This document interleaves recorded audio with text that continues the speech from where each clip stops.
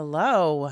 Hey, how you doing? I'm well. How are you? Great. Welcome to the Castro Files. Another great episode coming up. Good story. Beth's got a great one for tonight. Yep. I'm really excited.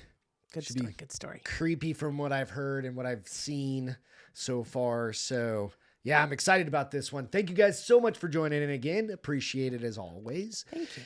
You can find us on all of the typical places, iTunes, Spotify for the audio stuff. Under the Bar is open with Beth and Greg for the audio stuff. But YouTube, of course. Right. Go out, like and subscribe, and then share the Please. show. Yes. Please Share definitely us. share the show. Show us some love and share us. Absolutely. Say that really fast 3 times.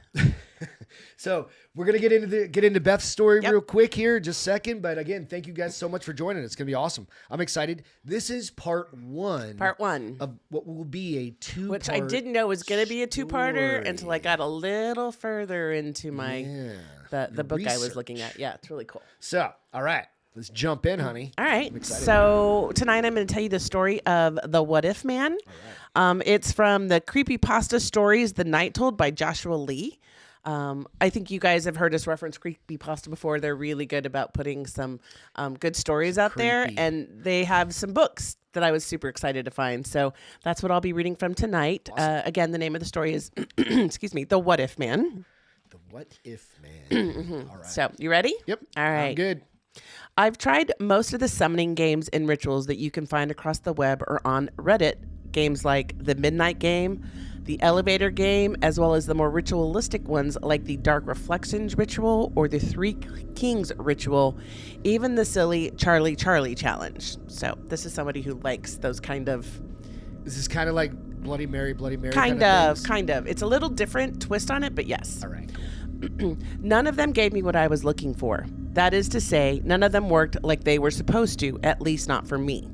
I mean, sure, some scared me more than others, but after the adrenaline of the unknown wore off, I found myself and my friends just staring at each other in the dark.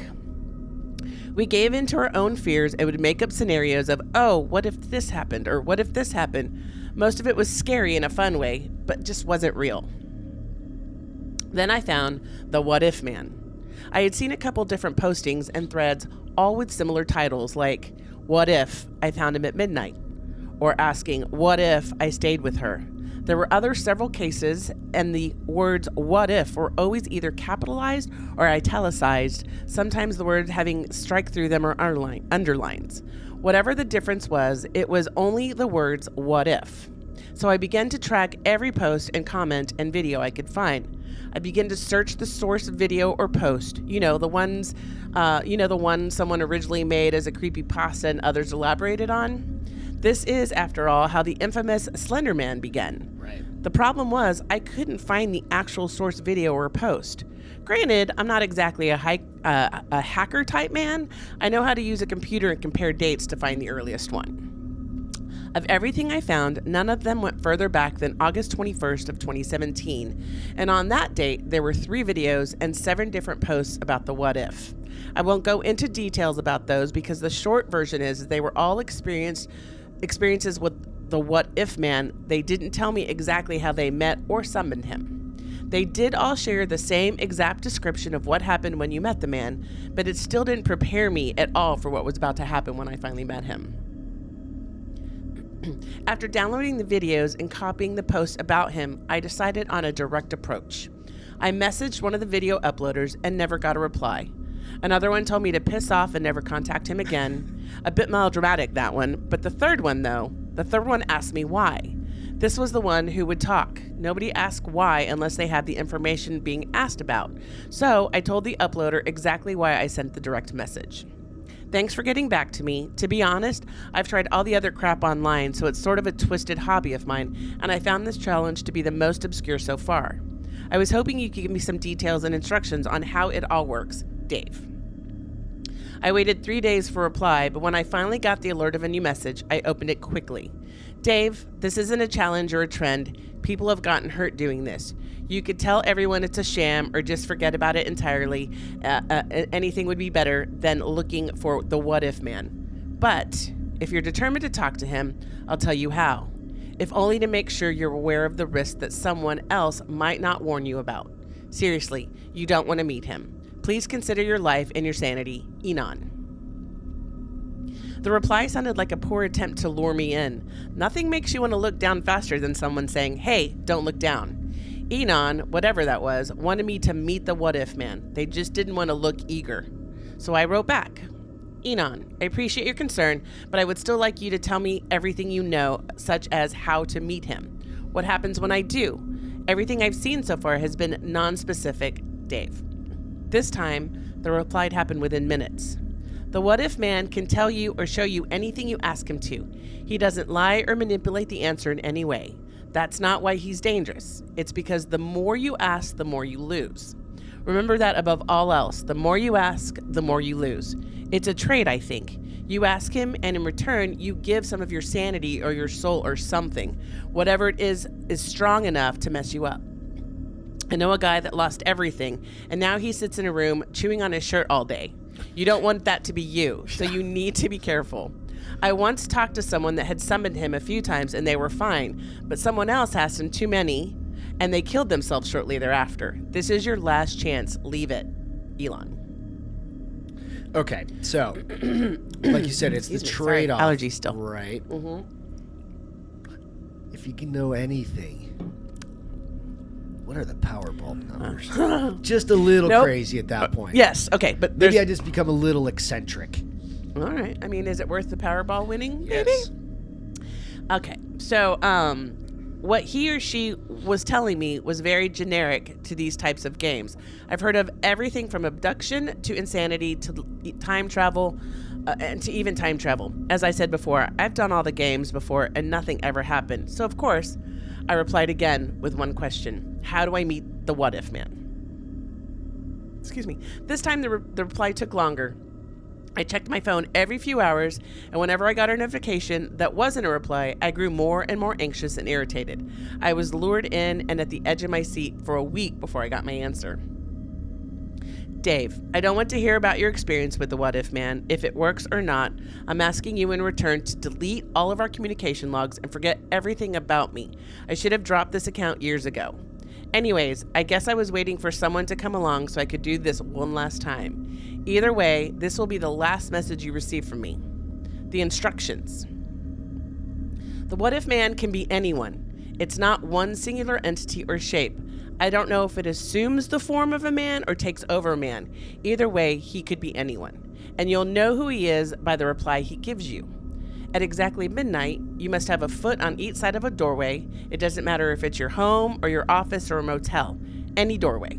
Start at 11:59, and while it's midnight, you leave the doorway. Several people can do this, but only one person who takes the first step can ask him questions.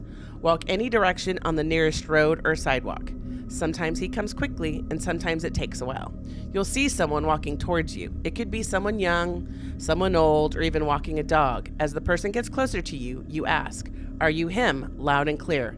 You can start with hello or excuse me if you'd like, but the first question you must always ask is, "Are you him?" If the person doesn't reply at all, you need to go back to your doorway right away and get inside. Don't stay outside and don't go anywhere else. Honestly, I'm not sure why. I don't know what happens, but go back to your room. If he asks, "What if I am?" then you've done it. If they say anything else, then you've done something wrong and it's just a stranger. So the key word is, "What if I am?" If he asks, "What if I am?" then he will stop walking and wait for your questions. You've got him. He will only answer questions beginning with, "What if?" And if he can't tell you the answer, then he will look directly into your eyes and show you the answer. You won't feel the trade at first. It takes a few days, so you must be very careful how many questions you ask. It takes more and less from different people. You won't be permanently changed if you don't go over the limit. You'll just have migraines, maybe some high anxiety for a few days, but every time you go back to him, it costs more, so again, be careful.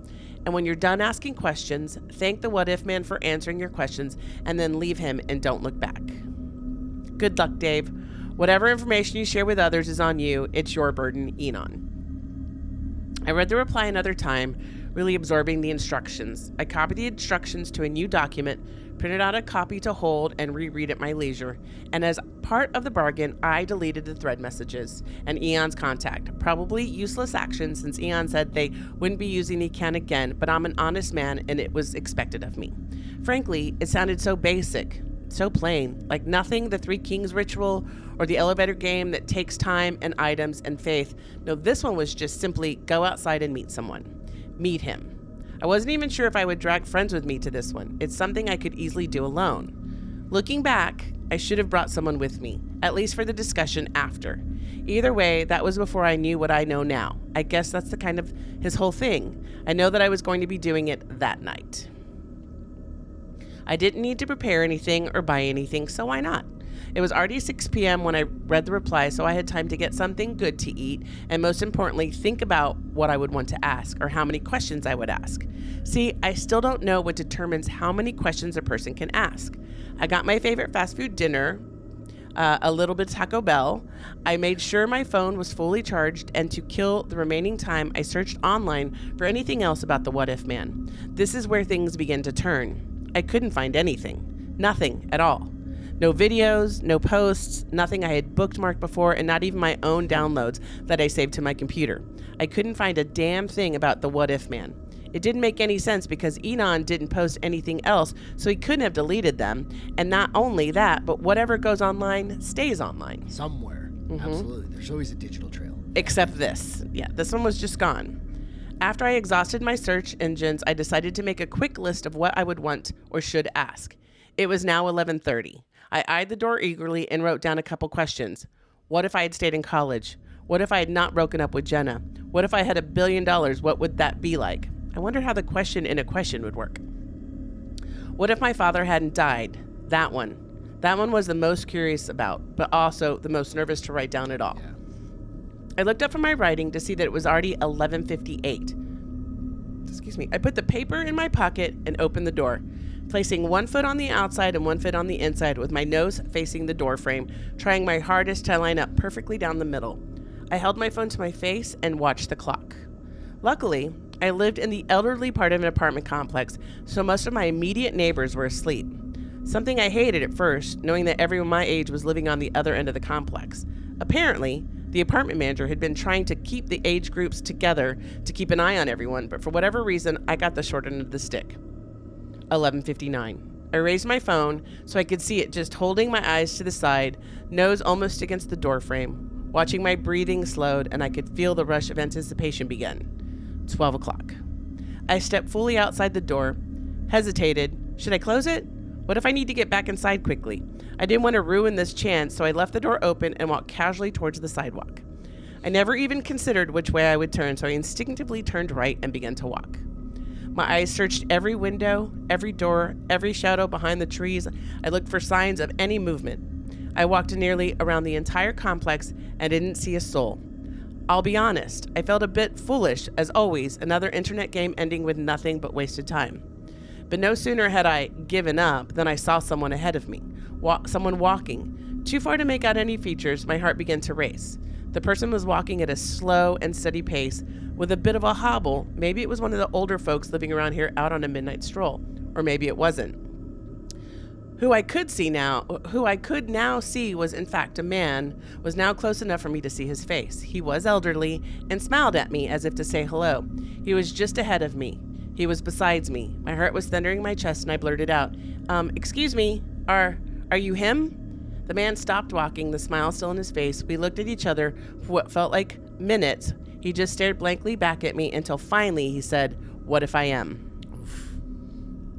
I felt my stomach drop and my lungs begin to work excessively. I forced myself to calm down before saying anything else. "You're really him?" I muttered. He, of course, did not answer. He merely smiled at me, waiting for the proper phrasing. My shaky hands pulled the piece of paper out from my pocket. Thank God I had written it, because in this moment I couldn't have remembered anything I wanted to ask. I looked down quickly, then back at the man. "What if I had stayed in college?" I asked him. He nodded a bit absently, as old people do, then replied, "You would hate it. You'd be working hard hours for good pay, but at the cost of your social life and your connections. You would know every day that being a physical therapist sounds good in theory, but it's not who you are. But you would stay and work because you earned that job whether you liked it or not." I was stunned. Hell, that's an understatement. I was flabbergasted. Anyone could have replied with a generic answer, but he knew. The what if man knew exactly what I was asking. I glanced at the paper again. The other questions seemed a bit irrelevant. If I could know the answer to anything at all, why the hell would it matter what I would do with $1 billion? I asked the real question I wanted answered. What if my father hadn't died? I asked. The what if man slowly reached up and towards me. At first, I thought about stepping back or pulling away, but I didn't. I couldn't. He touched my face and his hand rested on my cheek, and I saw it. I saw it like flashbacks in a movie. The night he died in the accident. The night he died in the accident, he instead comes home. He picks me up and hugs me like he always had done. He kisses my mother. Next, I was a few years older. I stormed away from him and slammed the door as he walked up to the door and rested a hand on it, apparently deciding against arguing with teenage me. Next, he was at my high school graduation. Next, I was hugging him and congratulating him on he was expecting another child. Next, she was born and I hugged and cried with my parents. Next, I shook his hand as I left for college. Then there were my college graduation. I was introducing them to my girlfriend. It stopped. The memories had apparently caught him to what would have been right now. The emotions all hit me at once. Every feeling from sadness to joy, happiness, excitement, all of it hit me and I buckled to my knees. Then it was all ripped from me as reality came crashing back. I threw up a little bit on the sidewalk in my own hands, and I couldn't have stopped it if I wanted to. The emotional pain was something I had never felt before. I wiped my hands off on the grass, then stood up. He was unfazed by my reaction. He merely stared at me with a smile. What if I asked you what you are? I asked quickly. The what if man responded. I would tell you that I'm as old as possibility itself. I would tell you that I see and feel everything I show people. I would tell you that I have been the possibilities of pharaohs and kings, and I have seen the possibilities of the rich and the poor. I would tell you that I am the keeper of the unknown and the thief of hope. His answer set me back. The thief of hope? What the hell does that even mean? At the time, I had no idea what he meant. I do now, of course. I look around the street, empty except for him and I. I wanted to ask him one more thing, something that now seems stupid, but at the time really did want to know. What if I hadn't broke up with Jenna? You would have been together for 5 years. You would have loved her more than you would have loved anyone. You would do anything for her, and after 5 years, she would leave you. She would leave you a broken man. She would leave and find the man she will marry. She would leave you an empty, emotional man filled with anger, and you would hate her forever. That answer hit me harder than I expected, and I felt confused and a little angry at the what if man and myself for what I would have allowed her to do. I knew I should stop there, but in my nervous excitement, I asked one more question. The last question. What if I ask you too many questions? His smile widened, and for the first time I felt uneasy. His smile didn't fit his face. It looked so eager, so wide and terrible that I took a step back. Thankfully, he did not move with me. Your mind would decay. You would think about things I have told you. You would dwell on them. You would despise the bad things, and you would pray to relive the good things I have shown you. You would come to learn that everything you hope for is gone because now you know how things could have been. You would come back to me several times until all that you are is consumed, and the last question you ask me will be, what if I had never met you? And I would show you the answer. His wide grin returned to normal, and he merely just looked at me again. I took another step back from the what if man. His response made me cold. It sent chills down my spine, and the hairs on my arms stood up. I was done. I didn't want to say another word to him, but I had to. Thank you, I said. Thank you for answering my questions. Wordlessly, the what if man held up a fist with the back of his hand with his knuckles towards me, and raised one at a time a finger until all 5 of them were held up. 5 fingers for 5 questions. He smiled and tilted his head downwards.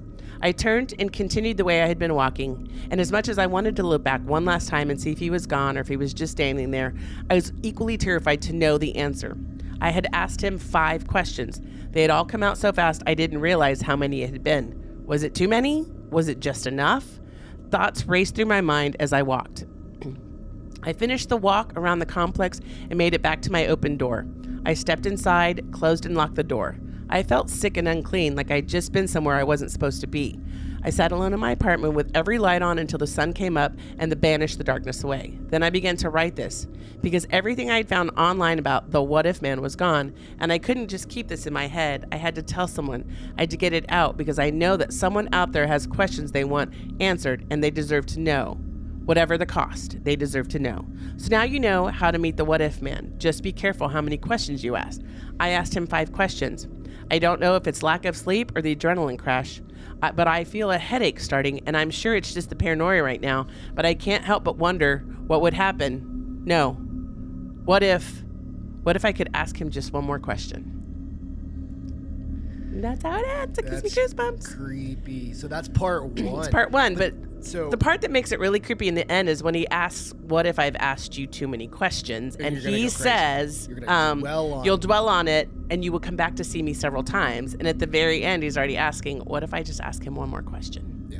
So he asked him too many questions. And one more. Yep. Right? Yeah. Because, if you had access to anything. The unknown. Right. That's great. That's a great story. Absolutely. So, so I had a couple. I was like,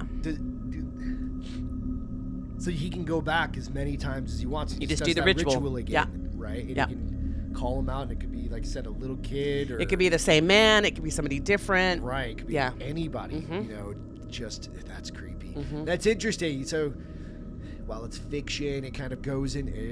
It goes into that, like I said, the Bloody Mary tales. Oh, the Slender Man started off as fiction, and people swear by it now. So, yeah. If you create it, if you think it up, and things like that come out, you never know. Exactly. So, creepy. Yeah. Absolutely. Great story. What Thanks. What if? Because we all ask ourselves that probably 100 times a day. What would you ask yourself? I wouldn't ask shit. I know better. I read this story. What if? The dad one, man, that got me. That was tough. That's tough. Yeah. Yeah. Especially because the memory stopped where he was now. Right. So he would have had his dad this whole time. Yeah.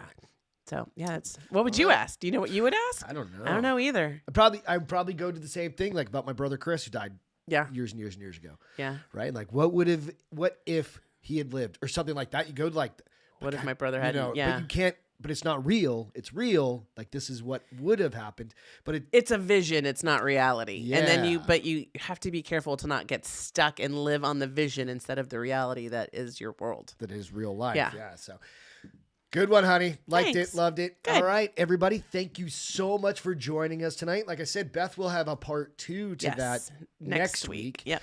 Coming up on that. So thank you so much. Go out, subscribe to the channel if you don't mind. Give us a little thumbs up. Go out to Spotify. Give us some love. Give us some love on there and on iTunes as well. Leave a little review for us. Appreciate it. All right. Until next time, we'll catch you later. Bye, guys. Love you. Cheers. Yeah.